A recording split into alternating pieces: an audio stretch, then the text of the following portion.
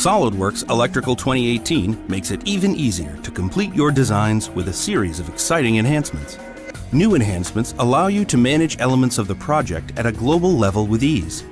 From a new drawing style configuration manager to global attribute styles to wiremarks. The new Project Attribute Style Manager allows designers to define the appearance of attributes throughout the project from one place, a new tab in Project Configurations.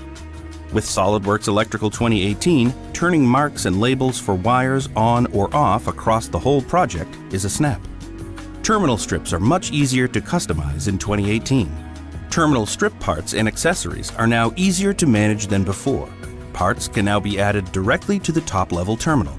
Accessories can be added to the strip editor and represented not just in the bill of materials, but also on your terminal strip drawings.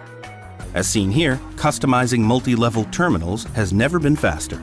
New Terminal Mark Mode gives each level a mark independent from the terminal mark for more granularity. The order of level marking is observed during renumber procedures with both vertical and horizontal options. Terminals within a single strip can have different modes, giving you total flexibility in your design.